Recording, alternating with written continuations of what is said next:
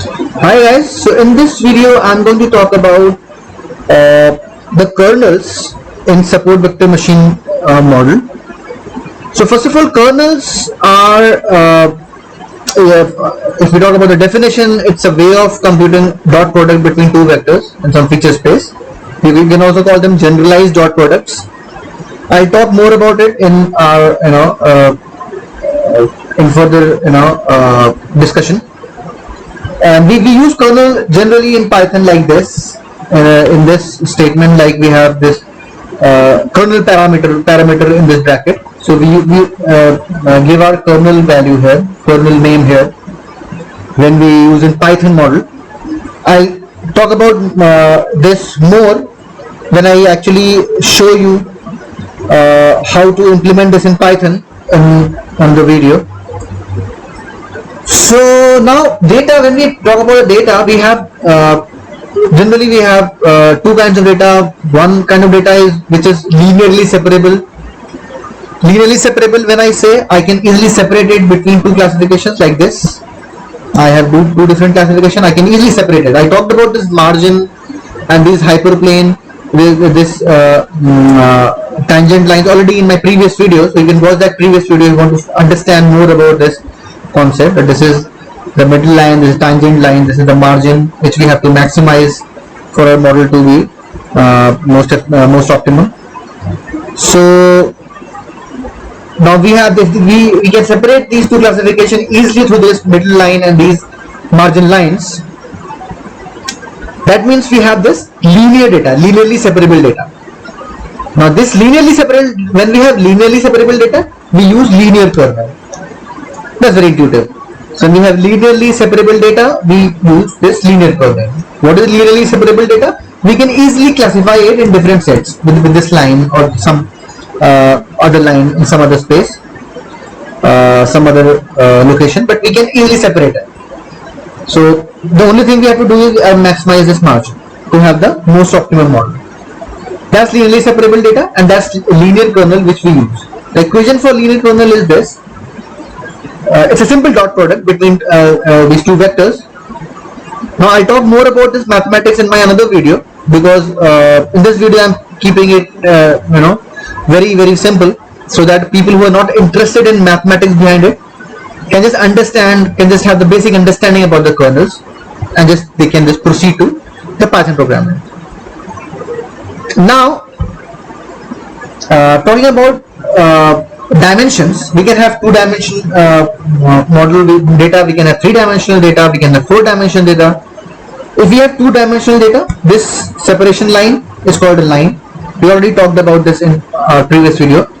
When we have three-dimensional data, this becomes a plane. This becomes a plane. You can visualize it because we'll have this three-dimensional data.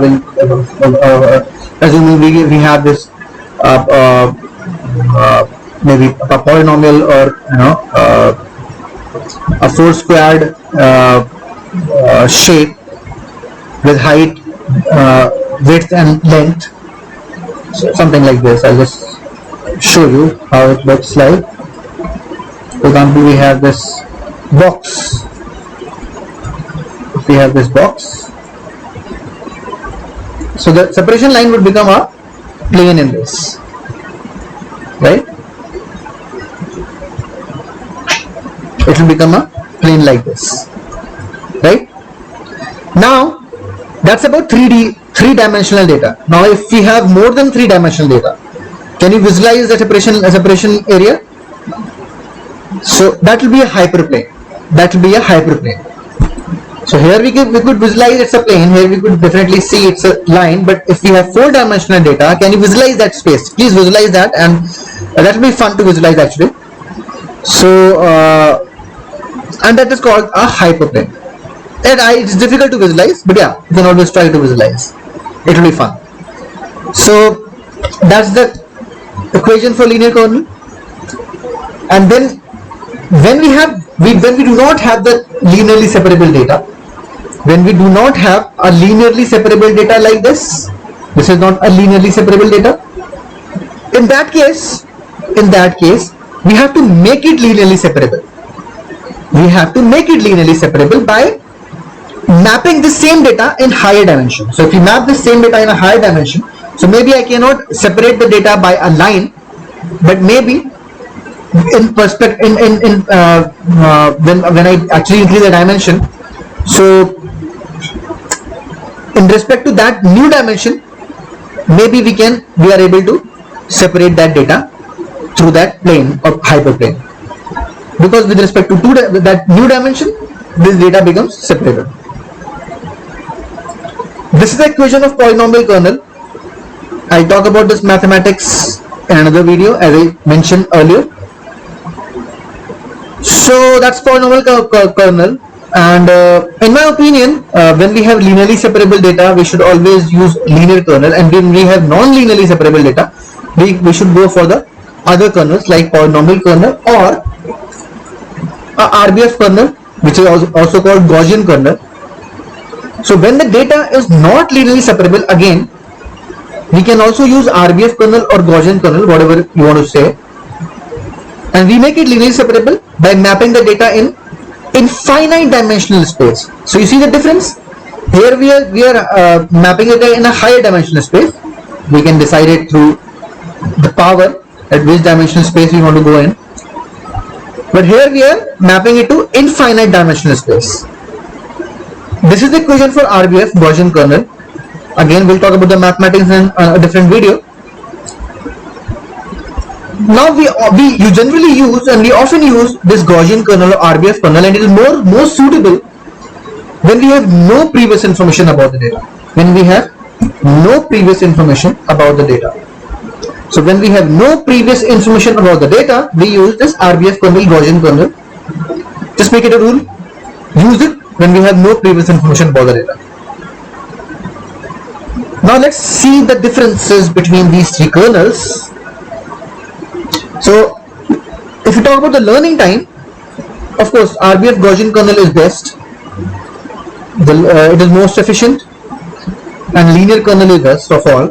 Of course, it's not that bad, but it's worst in comparison to other two kernels. Polynomial is in between, somewhere in between.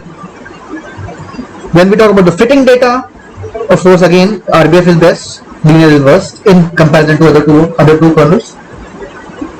Talking about overfitting and underfitting, of course Gaussian is more efficient, its performance is better, it's more, I can say it's more accurate. So of course there will be higher possibility for this kernel to be overfitted, and vice versa, linear kernel will have lower possibility to be overfitted, and again vice versa for underfitting. This is exactly opposite. This will have a lowest possibility to be underfitted because it's more efficient, more performance oriented, more efficient, I can say. Linear, again, there's a highest possibility for this to be underfitted. Polynomial, in all these parameters, polynomial stands somewhere in between these two kernels.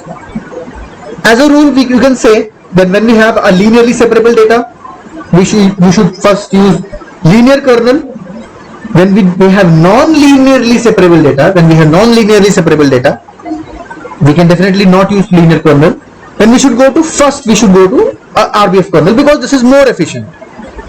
We should first try to go to RBF kernel, and then if this fails, then only we should try polynomial kernel. So first linear kernel if the data is linearly separable. If it is non-linearly separable, first try RBF or Gaussian kernel, whatever you want to say it, you can say it. And then as a third option, you should try polynomial kernel. Now I'll talk about two parameters which may be very important when we actually try to program this SVM in Python. And I'll talk about the mathematics again. I'll talk about the mathematics about these parameters as well in another video. But yeah, I'll explain you why they are used. So this is the C. C denotes regularization and stands for regularization. Now the data is too noisy. And we want to smoothen data. We want to clean the data a little bit. We can decrease this value with this measure. We can decrease this measure and make it less noisy. We can smoothen the curve of the plane if we decrease the regularization parameter.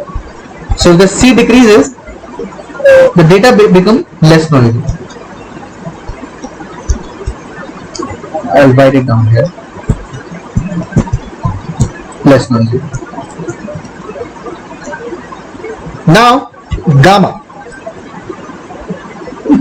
When we have higher gamma, always remember, when we have higher gamma, the points, support vector points, which are farther than this middle line, like this one, this is farther, will have lesser weight, and the points which are closer to this line will have higher weight. So when we do this calculation, we put higher weight to these points, and we will put lower weight to these points, lower significance to these points, and higher significance to these points. Similarly for here, higher significance for these points, higher weight for these points, and lower weight for these points, which are farther from the middle line. This happens when we have higher gamma. When we have lower gamma, exactly opposite happens. Not exactly opposite, but will increase.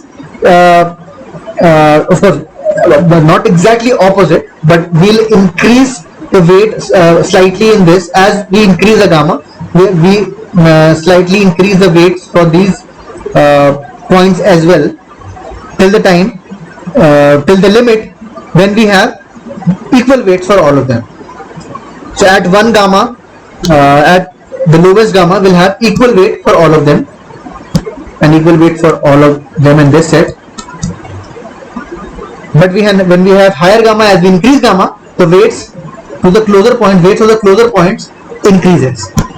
When we have higher gamma, weights for the lower points increases, and when we have lower gamma, the weights tend to become equal.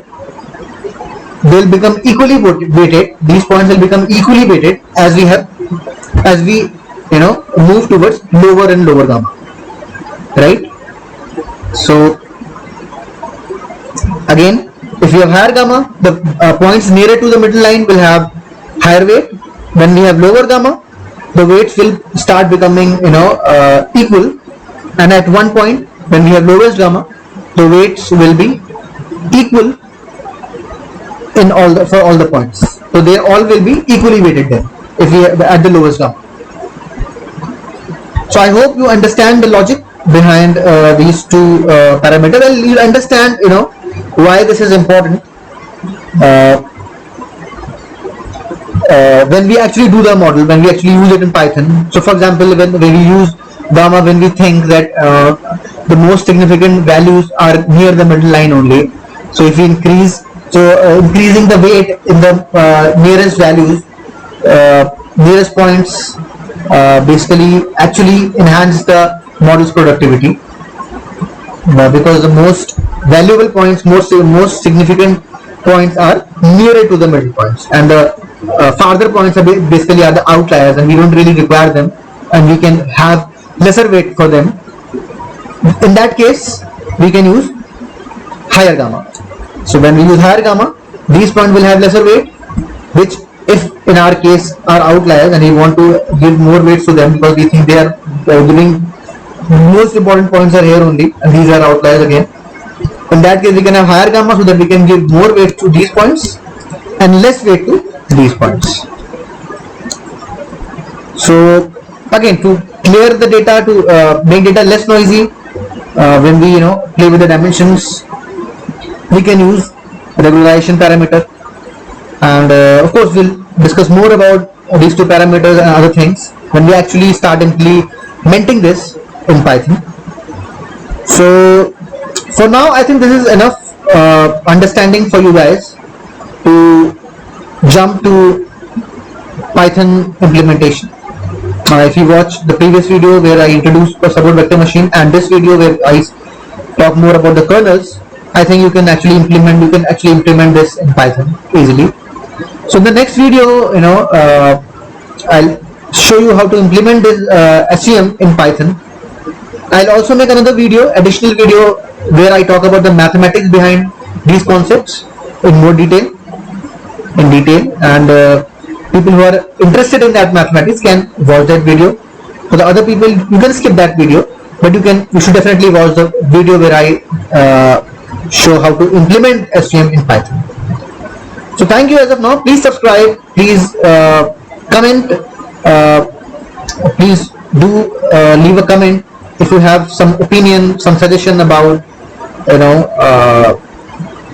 this concept or my style of teaching. Of course, I would like to improve that always. I'll keep improving that.